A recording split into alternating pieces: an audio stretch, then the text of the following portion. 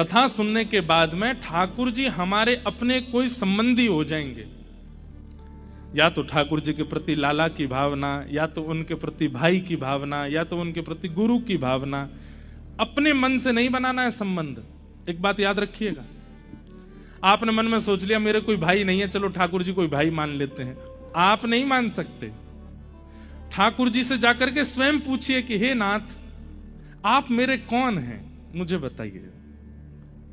और हर दिन ठाकुर जी से यही पूछो, आप मेरे हैं कौन, आप मेरे क्या लगते हैं, मुझे बताइए।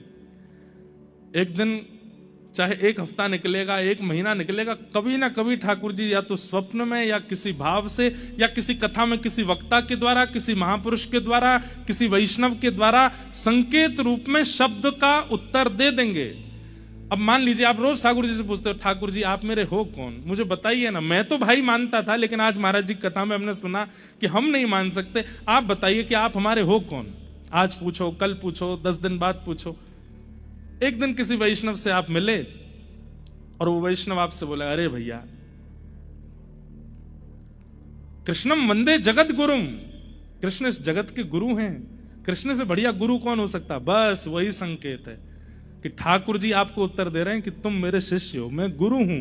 गुरु का मतलब मैं जो आज्ञा करूंगा वो तुमको पालन करना है।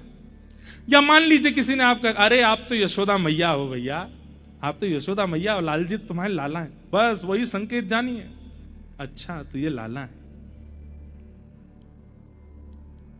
या फिर ऐसा नहीं होगा तो स्वप्न में ठाकुर जी कोई आदेश कर देंगे। कहीं ना कहीं से ठाकुर जी प्रकट करा ही देंगे कि मैं इस संबंध में हूं। और ठाकुर जी किसी भी संबंध में आ सकते हैं।